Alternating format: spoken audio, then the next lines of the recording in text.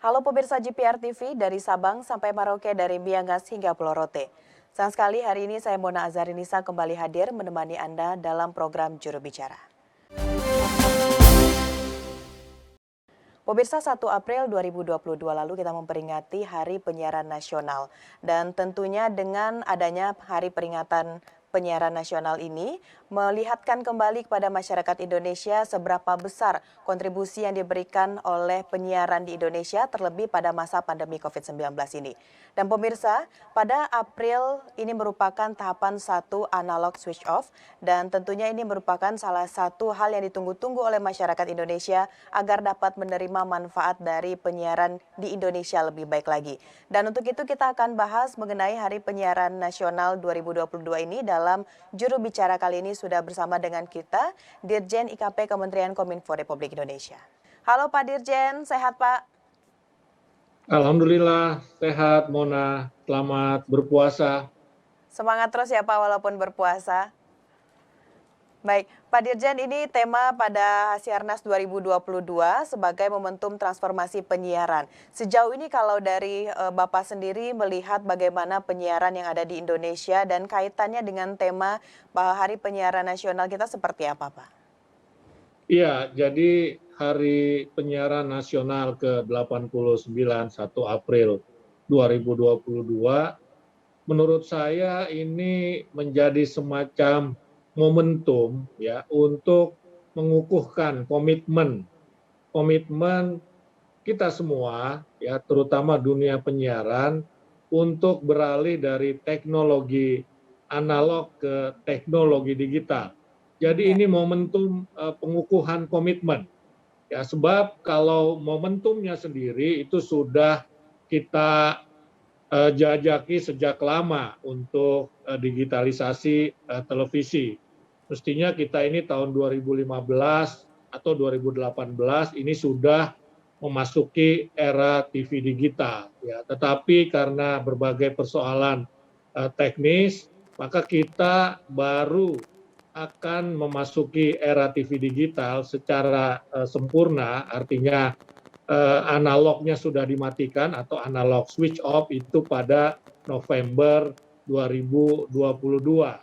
Nah, karena ini adalah momentum untuk mengukuhkan komitmen dunia penyiaran, lembaga penyiaran dalam analog switch off atau digitalisasi televisi siaran, Menteri Komunikasi dan Informatika Bapak Joni Plate betul-betul menegaskan pentingnya pemerintah, kemudian juga lembaga penyiaran dan stakeholder untuk menyukseskan digitalisasi televisi penyiaran ini atau analog switch off atau ASO. Ini adalah dalam bahasa Pak Menteri adalah moment of truth ya, untuk membuktikan untuk menjadikan digitalisasi televisi ini sebagai sebuah kenyataan.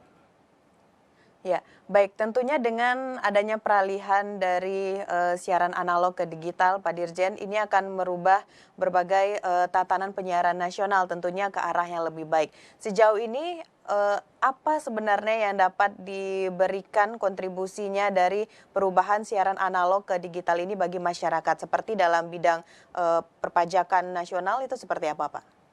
Ya, memang ada beberapa manfaat ataupun keuntungan digitalisasi televisi. Yang pertama, buat masyarakat sendiri, masyarakat ini akan memperoleh siaran televisi yang berkualitas, ya, jernih suaranya, begitu ya, bersih gambarnya, canggih teknologinya. Ya. Nah, dengan begitu, maka masyarakat sekali lagi akan mendapatkan siaran televisi yang berkualitas bukan hanya dari tampilan, tetapi dari sisi substansi. Ya, karena memang nanti kanal-kanal atau multiplexing atau MUX di stasiun yang dimiliki atau yang dioperasikan oleh satu penyelenggara siaran ini bisa diisi oleh beragam siaran, ya, beragam konten. Ya, satu MUX itu bisa 12 sampai 14 kanal begitu. Nah, sehingga kontennya beragam dan konten-konten yang dinikmati tentu saja adalah konten-konten yang berkualitas. Jadi itu pertama, masyarakat bisa mendapatkan siaran televisi berkualitas baik dari sisi tampilan maupun dari sisi substansi. Nah, yang kedua, frekuensi yang tadinya digunakan oleh TV analog ini bisa dimanfaatkan untuk jaringan internet, ya, untuk jaringan internet sehingga jaringan internet ini bisa lebih luas lagi dinikmati oleh masyarakat. Ya, itu yang kedua. Spektrumnya itu spektrum frekuensi yang tadinya digunakan untuk televisi analog, frekuensinya ini bisa dimanfaatkan dipakai oleh internet, ya, artinya untuk keperluan komunikasi yang lainnya. Nah, yang ketiga tentu saja secara ekonomi, ya, secara ekonomi eh, migrasi dari analog ke digital ini akan bisa menyerap 230.000 lapangan pekerjaan baru dan 181 unit usaha baru. Ya, ini saya kira manfaat juga buat masyarakat. Masyarakat bisa mendapatkan pekerjaan-pekerjaan baru. Yang keempat, negara. Ya, negara ini juga akan mendapatkan penambahan produk domestik bruto atau PDB sebesar 443 triliun dalam 5 tahun ke depan. Kemudian pajak dan PNBP itu penerimaan negara bukan pajak sekitar 77 triliun rupiah.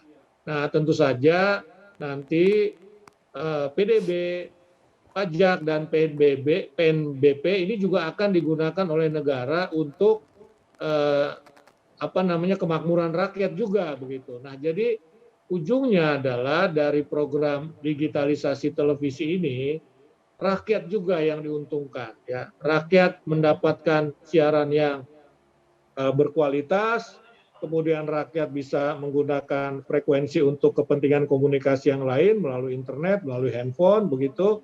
Rakyat juga memperoleh pekerjaan dan rakyat juga yang kelak akan mendapatkan manfaat dari penggunaan atau pengelolaan atau tata kelola PNBP yang didapatkan dari digitalisasi televisi ini, dari pajak dan juga dari PNBP. Jadi ujung-ujungnya rakyat yang mendapatkan manfaat. Kira-kira begitu, Mona.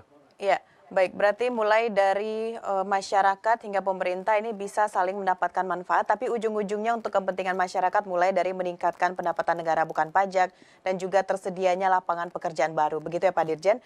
Baik, selanjutnya kita juga ingin mengetahui mengenai berkaitan juga dengan penyiaran di Indonesia, salah satunya itu dari analog switch off yang sebentar lagi kita akan memasuki tahapan 1 dari ASO. Lalu sejauh ini seperti apa eh, kesiapan dari pemerintah dan juga Kementerian Komunikasi dan Informatika Republik Indonesia. Namun kita akan jeda pariwara dulu, tetap di Juru Bicara.